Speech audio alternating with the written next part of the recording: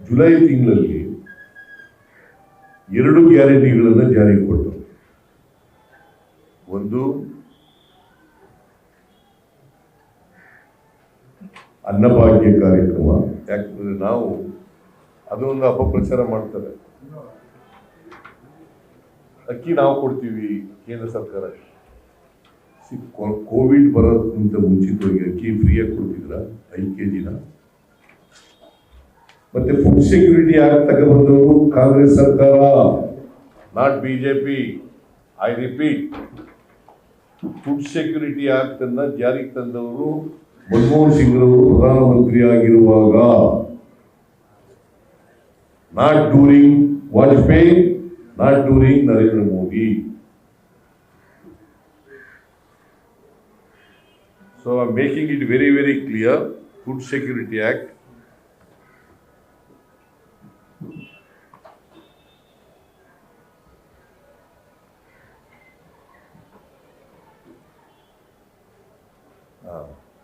ಅದಕ್ಕೆ ಬರೀ 130 ಕೋಟಿ ಹೇಳಿದ್ದೀವಿ, 28 ಲಕ್ಷ ಹೇಳಿಲ್ಲ. ನಮ್ಮ ದಿನೇಶ್ ಅವರೆಲ್ಲ ಕರೆಕ್ಟಾಗಿ ಅಂಕಿಅಂಶಗಳೆಲ್ಲ ಇಟ್ಕೊಂಡಿದ್ದಾನೆ. ಇಲ್ಲಿವರೆಗೆ 3,150 ಕೋಟಿ 3,150 ಕೋಟಿ ಕರೆಕ್ಟ್ ಆಗಿದೆ. ಇದು 3,150 ಕೋಟಿ KSRTC ಬಸ್ಗಳಿಗೆ ಸರ್ಕಾರ ತುಂಬಿಕೊಟ್ಟಿದೆ. ಎಷ್ಟು ಟಿಕೆಟು ಫ್ರೀಯಾಗಿ ಹೋಗಿದ್ರು ಅಷ್ಟು ಸರ್ಕಾರ KSRTCಗೆ ತುಂಬಿಕೊಟ್ಟಿದೆ. 3,150 ಕೋಟಿ, 130 ಕೋಟಿ 28 ಲಕ್ಷ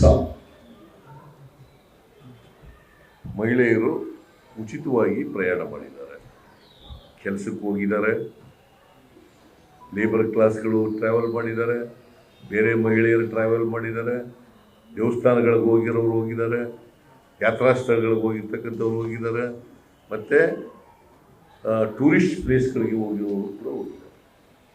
ಸೊ ಈ ರೀತಿಯಾಗಿ ಮಹಿಳೆಯರು ಅವ್ರ ತವರು ಮನೆಗಳಿಗೂ ಹೋಗಿದ್ದಾರೆ, ಸ್ನೇಹಿತರ ಮನೆಗಳಿಗೂ ಹೋಗಿದ್ದಾರೆ, ನೆಂಟರ ಮನೆಗಳಿಗೂ ಹೋಗಿದ್ದಾರೆ. ನೀನು ಹೋಗಿಲ್ವೇನಮ್ಮ? ನಗ್ತಾ ಇದೆಯಾ? ಹೋಗಿದೆಯಾ?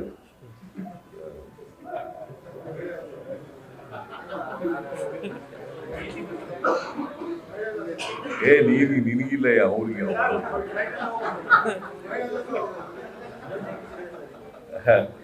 ಅದರಿಂದ ಎಲ್ಲ ಮಹಿಳೆಯರು ಕೂಡ ಉಚಿತವಾಗಿ ಪ್ರಯಾಣ ಮಾಡಿದ್ದಾರೆ. ಇದು ಜೂನ್ ತಿಂಗಳಲ್ಲಿ. ಜುಲೈ ತಿಂಗಳಲ್ಲಿ ಅನ್ನಭಾಗ್ಯ ಮತ್ತು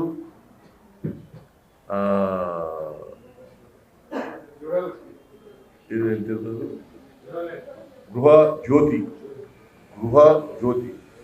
ನಾವು ಅನ್ನಭಾಗ್ಯ ಅಂತಂದ್ರೆ ಈಗ 5 kg ಬರ್ತಾ ಇದೆ ಕೇಂದ್ರ ಸರ್ಕಾರದಿಂದ, ಅದ್ರ ಜೊತೆಗೆ ಇನ್ನ 5 kg ಕೊಡ್ತೀವಿ ಅಂತ ಹೇಳಿದ್ರು. ಅದನ್ನ ಮಿಸ್ಇಂಟರ್ಪ್ರಿಟ್ ಮಾಡ್ತಾರೆ ಬಿಜೆಪಿಯವರು. 10 kg ಕೊಡ್ತೀವಿ ಅಂದ್ರೆ ಕೊಡಿ, 10 kg ಎರಡೂ ಸೇರಿಸಿ 10 kg.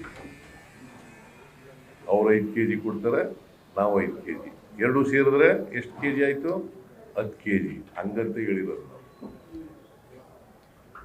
ಅವ್ರು 5 kg ಬಿಟ್ಟು 10 kg ಕೊಡ್ತೀವಿ ಅಂತ ಹೇಳಿಲ್ಲ.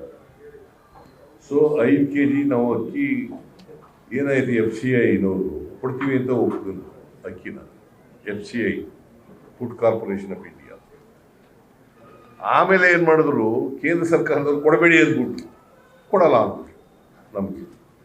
ನಾವು ಅದಕ್ಕೆ ಅಕ್ಕಿ ಕೊಡೋಕ್ಕಾಗಲಿಲ್ಲ. ಯಾಕಂತಂದರೆ ಅಕ್ಕಿ ಕೊಡೋದು ನಾವೆಲ್ಲ ಕಾರ್ಡ್ಗಳಿಗೂ ಕೊಡಬೇಕಲ್ಲ.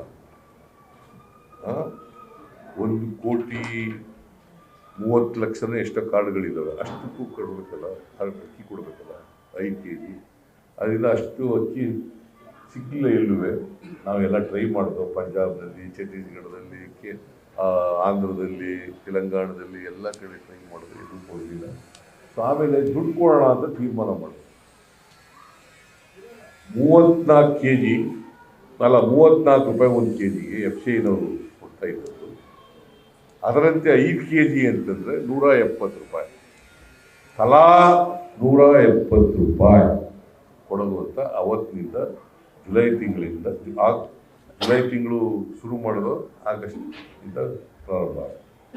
ಆಮೇಲೆ 200 ಯೂನಿಟ್ವರೆಗೆ, ಅದು 200 ಯೂನಿಟ್ ಕೊಡಿ ಎಲ್ರಿಗೂ, 200 ಯೂನಿಟ್ ಕೊಡಿ, ಅದು ಬೇರೆ ಅಪಪ್ರಚಾರ ಶುರು ಮಾಡಿದ್ರು ಬಿ ಜೆ ಪಿಯವರು. 200 ಯೂನಿಟ್ ಕೊಡಿ, ಅಲ್ಲಪ್ಪ, ಅವರೇಜ್ ಇರೋದೇ 53%, 53 ಯೂನಿಟು ಕನ್ಸಂಪ್ಷನ್. ನಾವು ಅದಕ್ಕೆ ಏನು ಮಾಡೋದು, ಎಷ್ಟು ಕನ್ಸಂಪ್ಷನ್ ಇದೆ 12 ತಿಂಗಳಲ್ಲಿ ಕನ್ಸ್ಯೂಮ್ ಮಾಡಿದ್ದಾರೆ ಸರಾಸರಿ, ಅದ್ರ ಮೇಲೆ 10% ಅಂತ ಮಾಡೋದು. ಎಷ್ಟು ಕನ್ಸಂಪ್ಷನ್ ಇದೆ, ಸಪೋಸ್ 100 ಯೂನಿಟ್ ಖರ್ಚು ಮಾಡ್ತಾವ್ರೆ ಅವರೇಜ್ ಅಂತಂದರೆ, ಅದ್ರ ಮೇಲೆ 10% ಅಂದರೆ 110 ಯೂನಿಟ್, ಅಲ್ಲಿವರೆಗೆ ಫ್ರೀ. 200 ಯೂನಿಟ್ ಫ್ರೀ ಕೊಟ್ಬಿಡಿ. ನಾನು 40 ಯೂನಿಟ್ ಖರ್ಚು ಮಾಡ್ತಿದ್ದು, ನನಗೂ 200 ಕೊಡ್ಬಿಡಿ. ಈ ಬಿ ಜೆ ಪಿಯವ್ರಿಗೆ ಏನಾದರೂ ಜವಾಬ್ದಾರಿ ಇದೆಯಾ?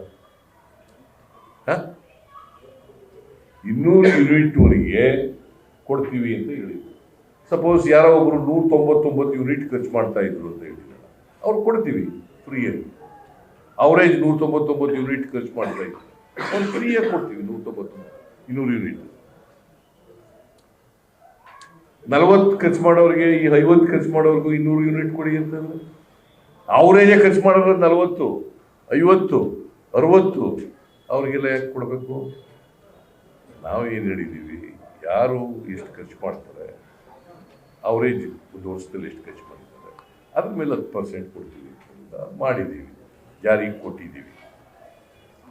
ಆಯ್ತಲ್ಲ, ಅನ್ನಭಾಗ್ಯ ಕೊಟ್ಟಿದ್ದೀವಿ, ಗೃಹ ಜ್ಯೋತಿ ಕೊಟ್ಟಿದ್ದೀವಿ. ನ್ಯೂಸ್ ಫಸ್ಟ್, ನಿರ್ಭೀತಿಯಿಂದ ನಿಮ್ಮ ಪರವಾಗಿ.